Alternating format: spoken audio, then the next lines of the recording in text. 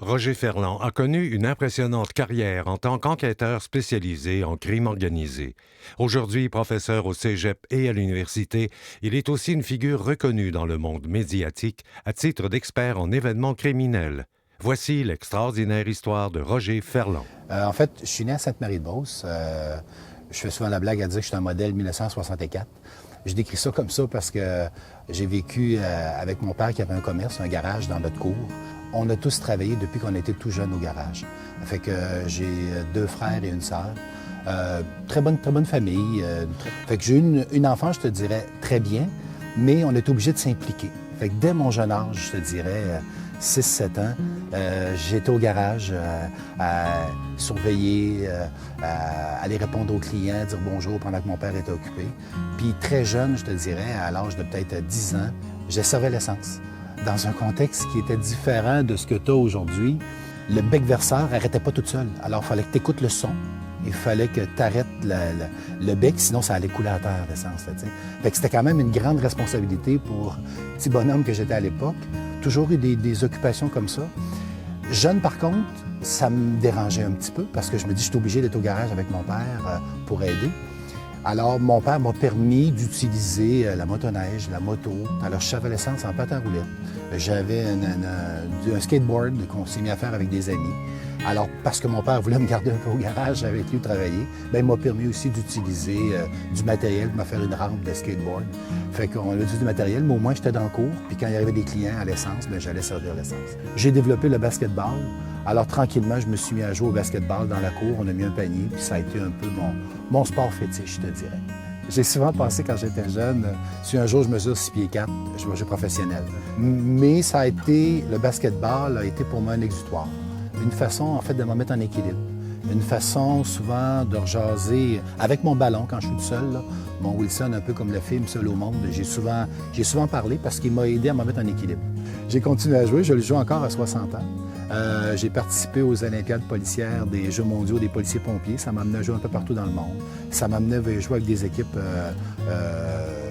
semi-pro. Je fais des farces à dire que j'ai joué un match avec l'équipe des Cavs quand il y a une équipe professionnelle à Québec. Ils m'ont invité comme joueur honoraire à un moment donné sur un match. Mais j'ai plein d'amis, en fait, qui sont des très grands sportifs avec qui je continue, puis je continue à redonner aux suivants maintenant, à faire de sport comme étant pour mon loisir, mais également pour partager aux jeunes des valeurs puis le désir du dépassement là-dedans. J'étais bon à l'école, je réussissais très bien. J'étais un peu tannant, par contre. Je dérangeais beaucoup, je parlais beaucoup. Fait que ça m'est arrivé d'avoir des bonnes notes, mais d'avoir aussi des comportements qui étaient un petit peu laissés à désirer. Mais certains profs m'ont bien encadré en me disant « Occupez mon esprit un peu pour que je ne devienne pas tannant. » Mais ça m'a amené à me battre dans le cours d'école à quelques reprises. Autant je voulais défendre, je me battais pour les notes pour avoir les meilleurs résultats. Autant des fois, quand je voyais des injustices dans le cours d'école, bien, je le faisais. Je dirais, la justice, on dirait que ça a fait partie de conditions sine qua non dans ma façon d'être. Dès que je voyais qu'il y avait quelque chose qui était injuste, j'essayais de le défendre ou de le dénoncer. À l'adolescence, j'ai essayé d'explorer d'autres genres d'emplois que celles qu'on avait au garage, au commerce. Personne diagnostiquait à l'époque que j'étais hyperactif, mais j'ai toujours été une personne extrêmement active. La musique est entrée dans ma vie à ce moment-là. J'ai toujours aimé la musique. J'ai découvert la musique progressive dans ces années-là. Alors, c'est ce qui m'a amené à faire de la musique dans les bars, à en jouer à l'école avec stage band, l'harmonie, puis partir de mon petit band à moi, avec d'autres amis, puis faire de la musique. La musique a encore là permis d'exprimer beaucoup d'émotions. Alors, j'étais batteur d'un groupe rock avec lequel j'ai eu beaucoup de plaisir à faire. À un moment donné, c'est un métier. Fait que là, j'ai dit, je m'en vais-tu en musique? Qu'est-ce que je vais faire? Inspiré un peu, puis je te dirais, par un proche à moi qui était policier à la Sûreté du Québec, j'ai dit, la police, ça serait de quoi? Un travail que tu ne sais pas trop ce qui t'attend, un travail dans l'aventure, dans l'action, conduire des véhicules automobiles, autant de choses qui me passionnaient, mais je n'étais pas capable de me brancher juste sur une chose. Alors je dis, tiens, avoir un peu de tout là-dedans, toujours au public, toujours à aider les gens. J'avais vraiment un sentiment de justice encore là, fait que c'est ce côté-là qui est venu. Mais dans cette période-là, est arrivé aussi, après, à la fin des études, ils ont dit qu'ils fermaient l'École nationale parce que on était à la fin des vagues des baby boomers. Il n'y avait pas beaucoup d'emplois. Alors, pendant des années, tant dans l'enseignement que dans les hôpitaux, il n'y a pas eu d'embauche. Un peu, ça a été tombé relax. Alors, il se demandait même s'il allait interrompre un bout de temps parce qu'il ne voulait pas fabriquer des policiers qui n'auraient pas de travail, parce qu'il fallait passer par l'École nationale après le cégep. Heureusement, en 1984, il y a des grands événements à Québec. Les grands voiliers à Québec, ainsi que la visite du pape, a fait en sorte que la police de Québec a dû embaucher du personnel additionnel. Alors, ils ont embauché des constables spéciaux à ce moment-là. Fait que j'ai fait partie de ces 30 candidats-là qui ont eu la chance de tout de suite travailler avec des gens, même que ça faisait plusieurs années qu'ils n'avaient pas eu d'emploi. On n'a pas eu d'emploi après septembre, ils ne nous ont pas gardés à Québec. Mais j'ai travaillé pour la sécurité des grands magasins, Sears à l'époque qui existait, Simons, la maison Simons. C'est dans ces moments-là que j'ai connu également ma première conjointe, Joanne, qui est devenue mon épouse, la mère de mes 2 garçons, de mes 2 fils. Par la suite, j'ai suivi des cours comme ambulancier parce que je visais de travailler à Sainte-Foy. Sainte-Foy, à ce moment-là, était policier, pompier, ambulancier, mais il n'embauchait pas. Alors, j'ai dû continuer pour vouloir travailler dans la police, à la police de Montréal. J'étais allé travailler au SPCEM, la grande région de Montréal. La conurbation venait de tout devenir un seul service de police sur l'île de Montréal. Alors, j'ai travaillé pour la police de Montréal à ce moment-là pendant encore là quelques mois. Et finalement, j'ai eu la chance de revenir à Sainte-Foy. Et j'ai travaillé à Sainte-Foy jusqu'au moment des fusions municipales en 2001. C'est à Sainte-Foy que j'ai eu la chance. En fait, j'ai envie de dire, on m'a permis... Sainte-Foy était assez créatif dans sa façon de laisser faire la police. Ils ont parti les policiers d'école à la méthode d'avoir des policiers sur le terrain qui étaient en uniforme, qui allaient patrouiller avec les jeunes à l'école, mais qui devaient intervenir. On m'a demandé à ce moment-là si j'étais prêt à le faire de cette façon-là, et c'est ce que j'ai fait. Dans mon fort intérieur, ça me permettait d'amener mon côté, je vous dirais, humain. Je prenais souvent mon côté beauceron dans ma tête de dire, tu connais le monde, si le monde t'y connaît, tu vas mieux intervenir avec eux. Alors pendant 2 ans, j'ai été amené à communiquer de façon différente avec les jeunes, action de prévention, action des messages qu'on leur donnait dans les conférences, mais également d'intervenir tout de suite sur le terrain. Alors quand la direction d'école ou que nous, on identifiait qu'un jeune faisait du taxage, du trafic de stupéfiants, du vol, du méfait, on intervenait immédiatement de façon à être capable de redresser, je pense, ce jeune ou cette jeune-là qui est en croissance, mais qu'il faut qu'on change sa façon de faire, il faut y donner des tuteurs puis le guider autrement.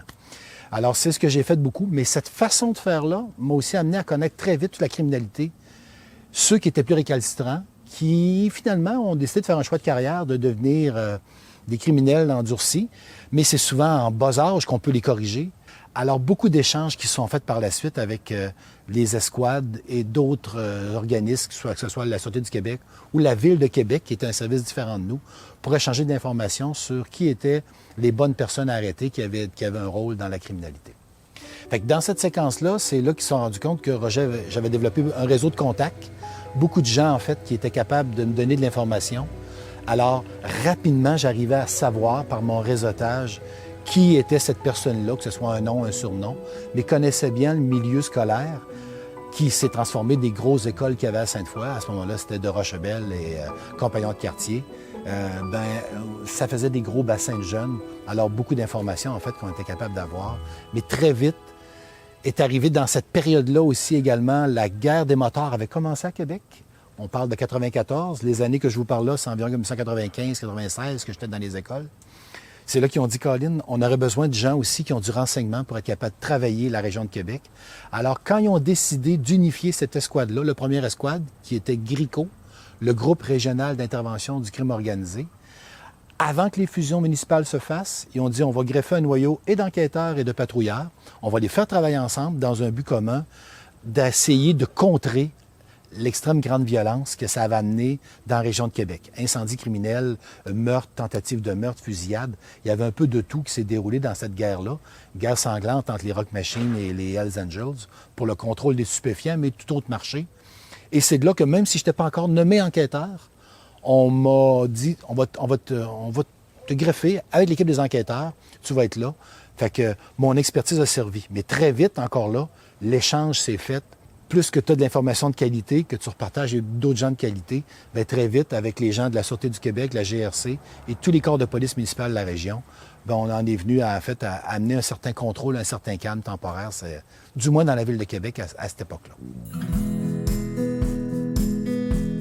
Au fil des temps, il y a eu d'autres escouades qui ont apparu. J'ai travaillé pour Carcajou dans ces années-là, en 99. Fait partie des membres qui étaient là. Il y avait 2 escouades Carcajou, une partie pour les bombes, une partie pour les trafics de stupéfiants, les meurtres. J'étais dans la partie trafic stupéfiants, meurtres.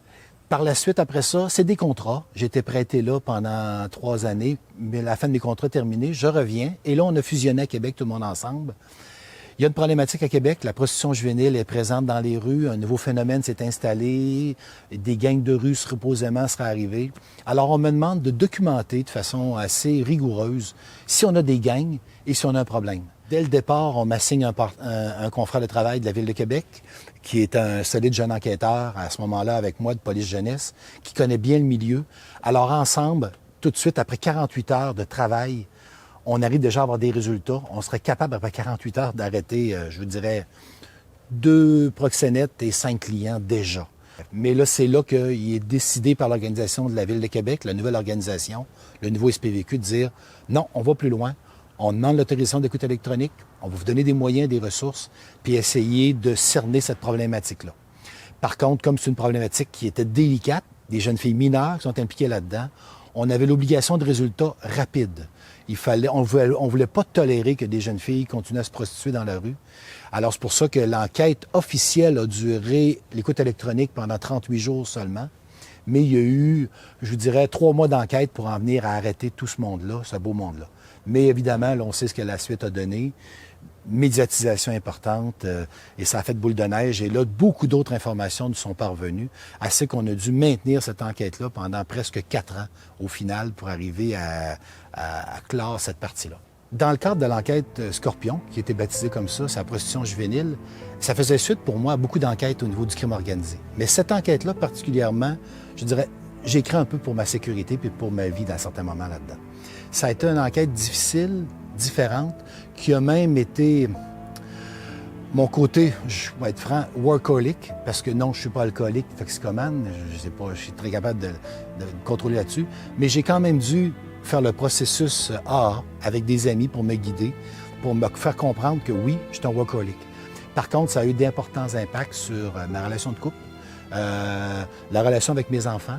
Étant pas un père très présent, ben c'était pas vrai que j'avais la même communication avec eux, même si j'étais quelqu'un qui prônait la communication adéquate avec ses enfants. Ben quand t'es pas là, ben c'est pas vrai que tu parles bien avec eux. Tu comprends-tu? Ça a amené des difficultés par après. Aujourd'hui, ça va bien, mais dans cette période-là, ça a été une période extrêmement difficile. Mais je voulais tellement en venir à bout que j'ai maintenu le cap. Mais pendant ce temps-là, effectivement, j'ai craint de ma sécurité. On m'a surveillé à un moment donné, on a surveillé mon adresse, on épiait mes allées et venues en espérant peut-être capable de faire pivoter mon image, j'ai envie de dire, de façon médiatique pour être capable de la briser. C'est là que je me suis rendu compte qu'il y a la vérité de la cour, mais il y a aussi l'image qu'on est capable de faire avec toi. Fait que là, je suis resté sage là-dedans. Il y a des moments où j'ai cherché des réponses, je les trouvais pas. Mais je me disais souvent, vous allez sourire peut-être de dire, mais je me demandais à la vie, quand je me couchais le soir, place sur mon chemin ceux que tu veux que j'aide parce que je me rends compte que je pourrais pas aller au bout de tout là-dedans. Fait que oui, je n'étais plus quelqu'un qui allait nécessairement à l'église comme mes parents m'avaient enseigné, mais mon côté spirituel m'a bien servi, je pense, dans cette partie-là. Cette période-là, après l'enquête Scorpion, on m'a réaffecté. Je suis retourné dans les escouades régionales mixtes. Les noms avaient changé, ça ne s'appelait plus Carcajou. Mais Roger étant ce qu'il était, je suis retourné dans le travail, je suis retombé dans le travail. Ça m'a amené un divorce. Je me suis séparé d'avec la conjointe avec qui j'étais à l'époque, après 23 ans de mariage. Ça a été difficile à ce moment-là avec mes fils. La communication s'est rompue complètement pendant 5 ans. Ils ne m'ont pas parlé à la suite de cela. La vie a été bonne pour moi. Est arrivé Shark, ou la préparation d'arrêter tous les Hells dans la province de Québec. C'est là que des patrons, sans le savoir que ma situation familiale allait très mal, m'ont dit du Roger, on aurait besoin d'un enquêteur pour aller à Montréal, pour apporter toute l'information de Québec, la mettre en équipe avec tous les autres enquêteurs de tous les districts judiciaires du Québec, pour aller à la cour, pour faire ça. Ça a été un peu une délivrance pour moi, parce qu'effectivement, comme j'avais quitté la maison, je m'étais séparé, je vivais en appartement avec d'autres jeunes policiers. Même si c'était bien, je n'étais plus dans cette étape-là de ma vie à 45 ans. C'est pas ça que tu vises, c'est pas ça que tu veux. Ça a fait mon affaire d'aller un petit peu à la cour à Montréal et d'être dans des procédures judiciaires qui m'ont occupé beaucoup, qui ont nourri mon côté workaholic, mais qui m'ont aussi permis d'avoir des grandes réflexions le soir. Une nouvelle conjointe est apparue dans ma vie depuis et ça va maintenant très, très bien. La communication est revenue aussi avec mes fils depuis. Fait que j'ai participé ensuite à toutes les escouades de mix qu'il y a eu à Québec jusqu'à en venir à NRCO, l'escouade nationale de répression du crime organisé qu'il y a eu à la fin. Je collaborais à l'équipe de renseignement criminel provincial un peu qui transmettait l'information globale. Et c'est de là qu'on m'a demandé de devenir témoin expert à la cour. Qu'est-ce que ça fait un témoin expert? Les policiers vont souvent témoigner, mais ils doivent témoigner que sur les faits qu'ils ont observés eux-mêmes. Un témoin expert a la chance de donner son expertise pour guider la magistrature et les juges à mieux sentencer les clients, en fait, qui vont à la cour se faire condamner. J'ai souvent dit à la blague, je n'haïs pas les bandits, je les aime en prison. Alors, mon rôle a été souvent de dire, je suis capable d'exprimer vraiment au juge qu'est-ce qui se passe avec les têtes dirigeantes de réseau, pourquoi ils le font, c'est quoi la structure, même si on n'arrive pas à les attacher tout de suite directement au premier palier, on est capable de remonter. Alors, j'ai été déclaré expert, mené en témoignage sur le langage codé, la façon de faire des Hells Angels, la façon de faire de certains membres gangs de rue et interprétation de tout le discours qui ont à se jaser entre eux quand on fait de l'écoute électronique sur eux parce que jamais ils ne se parlent ouvertement. Transfère-moi 1 kilo, mon chum, puis je te paye 50 000. C'est toujours parler en code avec d'autres façons. Alors, il faut être capable d'attacher ces phrases-là qui semblent vides de sens, mais qui prennent tout leur sens quand on l'accote avec des faits dans les événements enquêteurs. Alors, c'est ce qui m'a amené à témoigner un petit peu au Québec, ici, dans certains dossiers majeurs, également au Nouveau-Brunswick, comme témoin expert. À la fin de ma carrière, là, je pensais à un après-carrière, toujours réfléchi, mais j'étais affecté au renseignement criminel. Alors, c'était mon rôle de rencontrer souvent des clients potentiels qui sont des criminels, mais qu'on pourrait approcher, qui pourraient un jour aider le système de justice. Alors, ça a été le fin de mon travail à la fin et de le partager aux plus jeunes. J'avais déjà enseigné dans le passé. Je pensais pas de le refaire, mais là, des gens au Cégep Garneau m'ont fait signe, dit « Roger, viens donc renseigner avec nous, repartager tes valeurs, repartager ta façon de communiquer, tout le côté humain que tu as, mais le côté aussi d'être capable de créer des contacts avec les gens. Comment ça se fait? Oui, il y a des techniques pures d'interrogatoire, il y a des techniques pures de prise de contact, mais c'est souvent des recettes. Tout ça se fait souvent dans l'échange humain. Puis mon côté, ma personnalité avait fait que ma fin de ma carrière, c'était ça. Dans les 3 dernières années de ma carrière, j'ai chevauché en étant policier, je prenais des heures de congé quand j'étais au renseignement criminel, mais j'allais enseigner au Cégep Garneau. Et maintenant, j'ai continué comme enseignant à temps plein. J'espère à partager mes valeurs et les façons de penser que je pense positifs dans le monde des urgences, mais également dans les techniques de communication et des enquêtes criminelles avec les jeunes policiers. Dans la même séquence, on a vécu les années COVID, puis on s'est rendu compte que les systèmes, tous les ministères, en fait, avaient des forces, mais aucun d'eux se parlait. L'Université Laval avait commencé à donner des formations pour être capable de mettre en lien que les équipes d'enquêteurs soient au même niveau, aient les mêmes informations. Mais là, on est venu me chercher, on m'a posé la question, dit « Roger, accepterais-tu de donner une formation aux enquêteurs du gouvernement? » Même si c'est des gens souvent qui sont issus du monde civil, qui n'ont pas de formation de base de policiers. Certains oui, d'autres pas du tout, mais qui sont des enquêteurs de tous les ministères, de donner ça. Alors, depuis, je vous dirais, 2 ans et demi, là, je collabore avec l'Université Laval à donner une formation à tous nos gens aux enquêtes, que ce soit n'importe quel ministère du gouvernement. C'est l'université qui a les contrats, puis moi, je collabore à donner ma petite partie, ma petite touche personnelle au travers de tout ce monde de droit, des avocats qu'il y a là-dedans. C'est avec la faculté de droit de l'Université Laval que je fais ça. Avec Maria Mourani, qui est docteur en criminologie, elle m'a approché pour faire l'écriture d'un livre, ce que j'ai fait avec elle. Ça a pris plus qu'une couple d'années à faire l'écriture. Puis on a écrit ça. Ce livre-là est sorti en fait en 2022. En fait, ça faisait 20 ans que l'enquête s'était réalisée sur la prostitution juvénile, 2002-2022. C'est significatif. Fait qu'avec Maria, on a sorti ce livre-là, espérant guider de jeunes policiers sur la façon de faire, parce que la méthode n'a pas changé, et faire comprendre aussi aux parents et aux adultes, aux éducateurs, comment faire pour travailler cette situation-là au niveau criminologie. La fin de ma carrière a fait en sorte que les journalistes m'ont souvent côtoyé à la cour dans toutes sortes de dossiers. J'avais été approché à quelques reprises pour commenter l'actualité après ma retraite, mais j'avais toujours décliné l'offre, tout le temps. Mais arrive l'affaire Carpentier, un matin, un journaliste me rappelle, qui travaille avec Québécois, me dit « Roger, c'est le temps, à matin, qu'est-ce que tu fais? » J'avais aucune idée de ce qui s'était passé dans l'histoire. Ça ne me tentait pas de rappeler mes confrères pour titiller, pour avoir des détails d'informations. Il dit non, c'est pas ce qu'on a besoin. On veut qu'avec tes connaissances de policiers, d'enquêteurs, l'expérience, que tu expliques aux citoyens qu'est-ce que vous faites dans ces situations-là. Depuis ce jour, il s'est passé plusieurs choses, mais l'affaire Carpentier a été mon premier dossier que je vais à commenter dans l'actualité policière pour, j'espère, guider puis expliquer aux gens de mieux comprendre. Pas nécessairement défendre ce qui n'est pas défendable. Quand les policiers font des coches mal taillées, ça, c'est autre chose. Mais d'être capable de comprendre l'envers, des fois, parce qu'une situation peut avoir l'air extrêmement violente, alors que c'est finalement uniquement l'usage de la force dans un contexte précis pour une arrestation précise. Puis on sait qu'en ce moment-ci, les problèmes de santé mentale, de toxicomanie, ont atteint beaucoup de niveaux dans les couches de la société. Alors ça amène beaucoup d'interventions policières qui deviennent des interventions à haut risque, même si ça devrait être des aspects humains qu'on a besoin de faire. La personne est en détresse psychologique, mais la situation fait en sorte que si elle a un couteau dans les mains ou qu'elle est désorganisée avec une voiture, excusez, c'est une situation d'intervention au risque.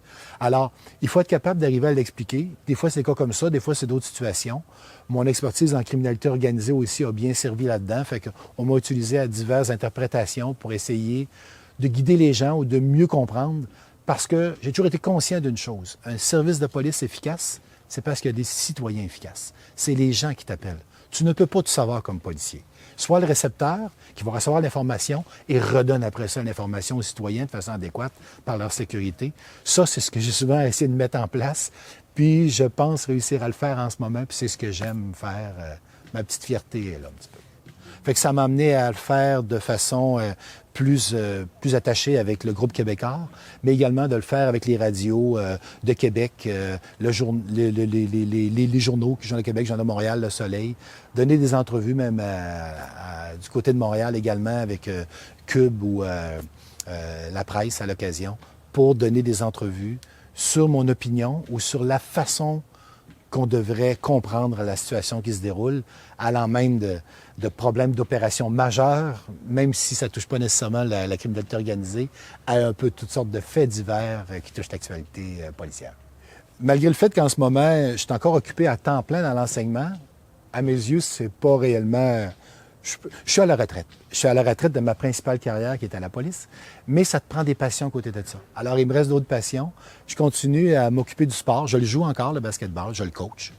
Mais également, au travers de ça, j'ai développé une passion pour le vin. J'ai toujours aimé le vin. J'ai toujours dit, j'aimerais ça avoir un vignoble, mais j'ai pas le temps, il faut être réaliste. J'avais pas l'argent non plus de le faire, mais les opportunités sont offertes à moi. J'ai décidé d'exploiter ma cour. Puis les voisins super sympathiques m'ont fait leur cours au fil des mois qui ont suivi. Alors j'ai quand même 250 plants de vigne qui me permettent de fabriquer mon propre vin.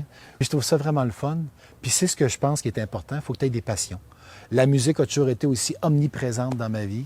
Je n'en joue plus, mais j'écoute à peu près de tout. Ce n'est pas une fin en soi, ni la musique, ni la police, ni le vin, mais je pense que c'est cet équilibre-là que tu dois avoir dans la vie. Moi, j'ai envie de vous dire que souvent, ces passions-là m'ont remis en équilibre. Fait qu'au travers de mon travail que j'ai fait avec sérieux, je ne me suis jamais pris au sérieux là-dedans. Mais je pense qu'il faut qu'on ait des à côté qui nous ramènent cette belle équilibre-là. Fait que mes autres passions ont souvent servi à ça. Fait que j'aime bien finalement travailler efficacement, mais prendre un petit verre de vin, un petit verre de whisky, je trouve ça bien agréable à l'occasion. Justicier dans l'âme, hyperactif, spirituel et travaillant, Roger Ferland s'est forgé une personnalité qui l'a conduit vers une vie des plus incroyables. Son désir d'une société plus sécuritaire et son grand talent professionnel ont rendu sans aucun doute notre monde meilleur. C'est ça la vie.